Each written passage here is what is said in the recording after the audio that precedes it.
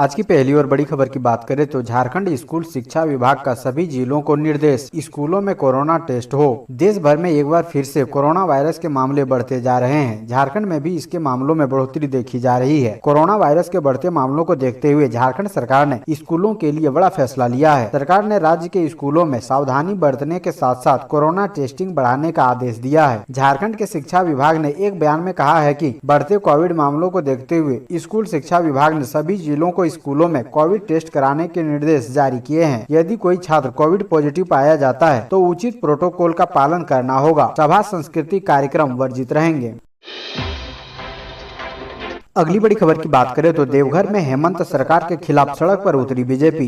कहा बिजली और पानी की व्यवस्था भी ध्वस्त। पानी, बिजली और राज्य में व्याप्त भ्रष्टाचार के खिलाफ सोमवार को बीजेपी सड़क पर उतरी। देवघर बीजेपी की ओर से हेमंत सरकार के खिलाफ विरोध मार्च निकाला गया। इस विरोध मार्च में सारठ विधायक रणधीर सिंह, देवघर विधायक नारायण दास, धनबाद विधायक राय सिन्हा के साथ साथ सैकड़ों कार्यकर्ता शामिल हुए। विरोध मार्च शिवलोक परिसर से शुरू हुआ और शहर के मुख्य चौराहे से होते हुए वीआईपी चौक पहुंचा। इस दौरान कार्यकर्ताओं की ओर से हेमंत सरकार के खिलाफ जमकर नारेबाजी की गई। सारठ विधायक रणधीर सिंह ने कहा कि रघुवर सरकार के शासनकाल में 24 से 22 घंटे बिजली आपूर्ति होती थी, लेकिन हेमंत सरकार में मुश्किल से 5 से 6 घंटे बिजली आपूर्ति की जा रही है। राज्य के अधिकतर जिलों में पीने के पानी की समस्या गहरी है। अगली बड़ी खबर की बात करें तो बोकारो स्टील प्लांट के सामने धरना दे रहे विस्थापितों पर लाठीचार्ज। Steel authority of India limited के बोकारो स्टील प्लांट के प्रशासनिक भवन के समक्ष लगातार 15 दिनों से सीधी नियुक्ति की मांग को लेकर धरने पर बैठे विस्थापित अप्रेंटिस संघ के लोगों पर CISF के द्वारा लाठीचार्ज किया गया। इसके बाद मौके पर पहुंची पुलिस टीम ने आंदोलनकारियों को जबरन गाड़ियों पर बिठा थाने पर ले गई। आंदोलन कर रहे विस्थापित बेरोजगार युवा बोकारो स्टील के द्वारा अप्रेंटिस के ट्रेनिंग कराए जाने के बाद भी 2 साल तक नियोजन नहीं देने का आरोप लगाते हुए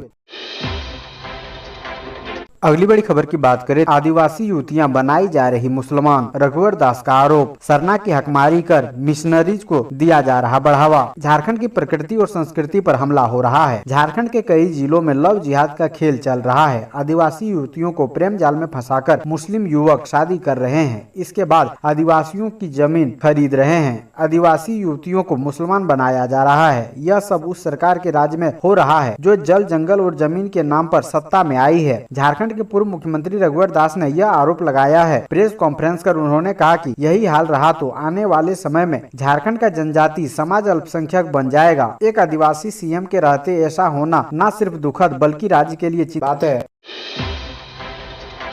अगली बड़ी खबर की बात करें तो रांची, जमशेदपुर, धनबाद, बोकारो, हजारीबाग, रामगढ़ लू की चपेट में। 27 के बाद राहत, येलो अलर्ट जारी। झारखंड में गर्मी का प्रकोप कम होने का नाम नहीं ले रहा है। 25, 26 व 27 अप्रैल के लिए मौसम विज्ञान केंद्र रांची ने येलो अलर्ट जारी किया है। मौसम विभाग की माने तो राजधानी रांची समेत पश्चिमी सिंहभूम, कोडरमा और गिरिडीह, गढ़वा, पलामू, चतरा, पूर्वी सिंहभूम में हीट वेव का असर बुधवार तक जारी रहेगा। इसके बाद गुरुवार से लोगों को गर्मी से थोड़ी राहत मिलेगी। की बात करें तो झारखंड सरकार ने स्कूलों से सुबह की प्रार्थना, खेल संबंधी गतिविधियों को निलंबित करने को कहा। देश के कुछ राज्यों में बढ़ते कोविड-19 के मामलों को देखते हुए झारखंड के स्कूल शिक्षा और साक्षरता विभाग ने विद्यालयों को सुबह की प्रार्थना सभा, सांस्कृतिक कार्यक्रम और खेल संबंधी गतिविधियों को निलंबित करने के लिए कहा है। अधिकारियों ने सोमवार को यह जानकारी दी। स्कूली शिक्षा और साक्षरता विभाग ने कुछ राज्यों में महामारी के बढ़ते मामलों के आलोक में झारखंड के स्कूलों के लिए एक नया कोविड-19 दिशा निर्देश जारी किए हैं।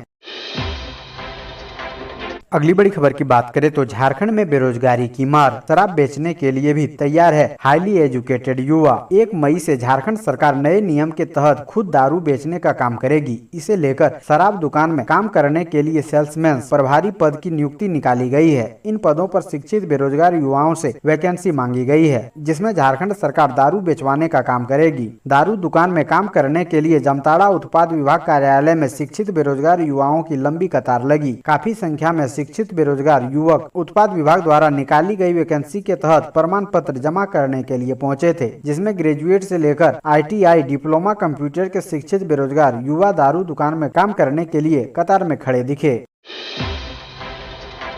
अगली बड़ी खबर की बात करें तो साहिबगंज में ग्रामीणों ने युवक को लटकाकर पीटा, चोरी के शव में बेहोश होने तक मारा। चोरी के आरोप में साहिबगंज के एक गांव में ग्रामीणों ने एक युवक को अर्धनग्न कर बेरहमी से लटकाकर पीटा। ग्रामीण युवक को तब तक पीटते रहे जब तक युवक बेहोश नहीं हो गया। यह घटना राधानगर थाना क्षेत्र के प्राणपुर दियारा के नूरदीन टोले की है। इस घटना का वीडियो वायरल हो रहा है। वहीं घटना की सूचना मिलने के बाद राधानगर थाने की पुलिस पहुंची और युवक को ग्रामीणों के कब्जे से मुक्त कराया और थाना ले आई। हालांकि झारखंडी हिंदी न्यूज वायरल वीडियो की पुष्टि नहीं करता है।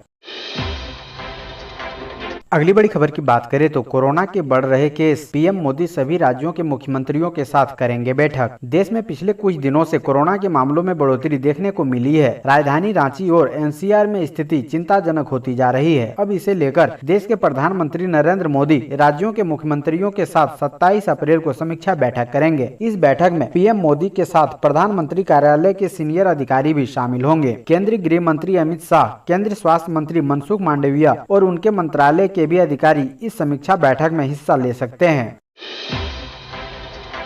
अगली बड़ी खबर की बात करें तो धनबाद कोर्ट परिसर में फैमिली ड्रामा, पति पत्नी और परिजनों में जमकर मारपीट। धनबाद कोर्ट परिसर में सोमवार को उस वक्त अफरा तफरी मच गई जब पति पत्नी के बीच मारपीट शुरू हो गई। पति पत्नी और उनके परिजनों के बीच पहले तू में हुई, फिर देखते ही देखते मारपीट शुरू हो गई। इस बीच मौके पर लोगों की भीड़ जुट गई। लोगों ने बीच बचाव करते हुए झगड़े को शांत कराया। दरअसल रजनी दास की शादी चिरकुंडा के रहने वाले अभिषेक से 2016 में हुई थी। रजनी का अपने पति से किसी बात को लेकर विवाद के कारण उसने अदालत में तलाक के लिए अर्जी दी है। इधर अभिषेक ने भी रजनी व उनके परिजनों के ऊपर मामला दर्ज करवा दिया है। दोनों मामलों की सुनवाई अदालत में चल रही है। अगली बड़ी खबर की बात करें तो झारखंड के स्वास्थ्य मंत्री बन्ना गुप्ता ने विधायक सरयू राय के खिलाफ दायर किया शिकायतवाद। झारखंड के स्वास्थ्य मंत्री बन्ना गुप्ता ने जमशेदपुर के जिला न्यायालय में पूर्व मंत्री एवं विधायक सरयू राय के खिलाफ शिकायतवाद दायर किया है। इस बात की जानकारी देते हुए स्वास्थ्य मंत्री के प्रेस सलाहकार सब पीए संजय ठाकुर ने बताया कि विधायक सरयू राय को एक कानूनी नोटिस भेजा गया था, जिसमें उनके द्वारा लगाए गए आरोपों पर स्वास्थ्य मंत्री से माफी मांगने की बात कही गई थी। नोटिस में कहा गया था कि नोटिस मिलने के 3 दिनों के अंदर सरयू राय मंत्री बन्ना गुप्ता से माफी नहीं मांगते हैं तो उनके खिलाफ लीगल एक्शन लिया जाएगा। अगली बड़ी खबर की बात करें तो खूंटी के बाद रांची में नाबालिग से गैंगरेप, जान से मारने की धमकी, 2 बच्चों के पिता समेत 3 आरोपी अरेस्ट। झारखंड के रांची जिले के चान्हो थाना क्षेत्र की एक 13 वर्षीय नाबालिग लड़की के साथ गैंगरेप का मामला सामने आया है। पीड़िता 8वीं कक्षा की छात्रा है। इस मामले को लेकर पीड़िता की ओर से रविवार को प्राथमिकी दर्ज कराए जाने के बाद पुलिस ने गैंगरेप के तीनों आरोपियों को गिरफ्तार कर लिया है। पुलिस के अनुसार गैंगरेप में शामिल एक आरोपी नाबालिग है, जबकि 2 अन्य आरोपी सोनू उर्फ इमरोज अंसारी व उस्मान उर्फ अरमान अंसारी चान्हो के ही करकट गांव के रहने वाले हैं। आपको बता दें कि आरोपी सोनू 2 बच्चों का पिता है। बताया जा रहा है कि घटना 2 सप्ताह पूर्व 11 अप्रैल की है। उस दिन रात को नाबालिग आरोपी ने पीड़िता को फोन कर घर से बाहर बुलाया था। बाहर निकलने के बाद तीनों आरोपी उनका मुंह दबाकर उसे घर से थोड़ी दूर सुनसान जगह पर एक कुआं के निकट ले गए और उसके साथ सामूहिक दुष्कर्म किया।